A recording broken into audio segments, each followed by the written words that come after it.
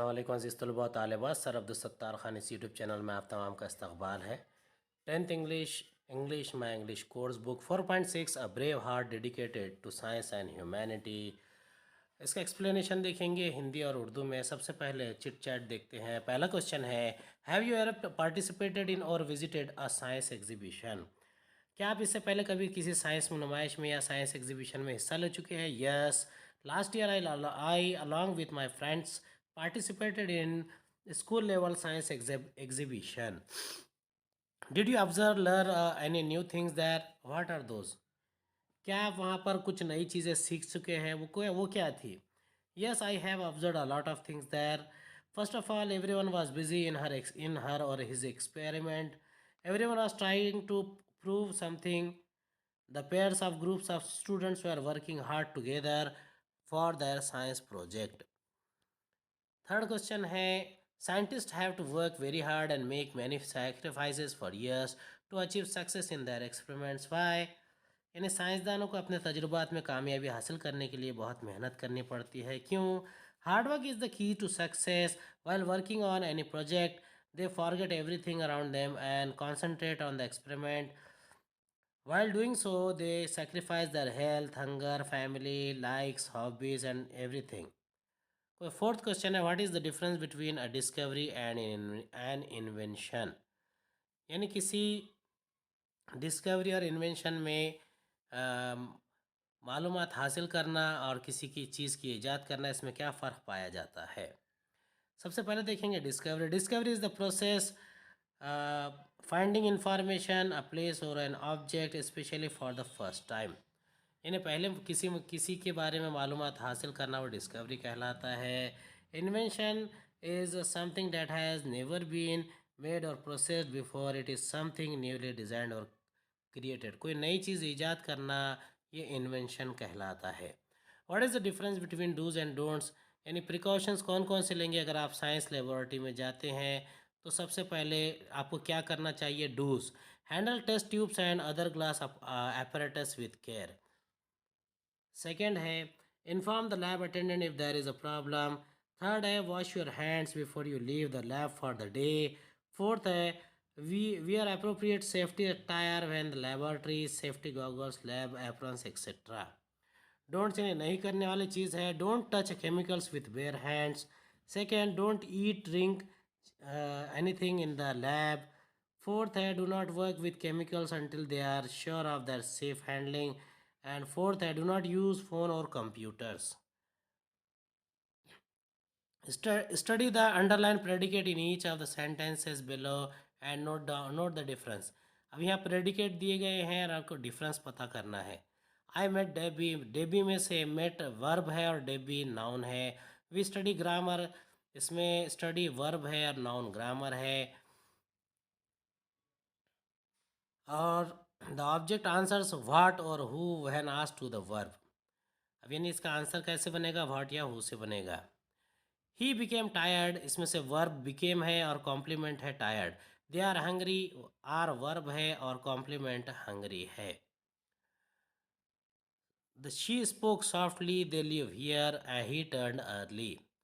अब इसमें से she spoke softly, they live here and he turn early. अब इसमें से दिए गए जो वर्ब है स्पोक, लिव एंड टर्न, जबकि इसके साथ में सॉफ्टली, हियर एंड अर्ली ये एडवर्ब है। अब नीचे कुछ वर्ब दिए गए हैं और उसके साथ साथ प्रेडिकेट दिए गए हैं, उसको हमने यहाँ पर पढ़ना है, समझना है। He looked upwards,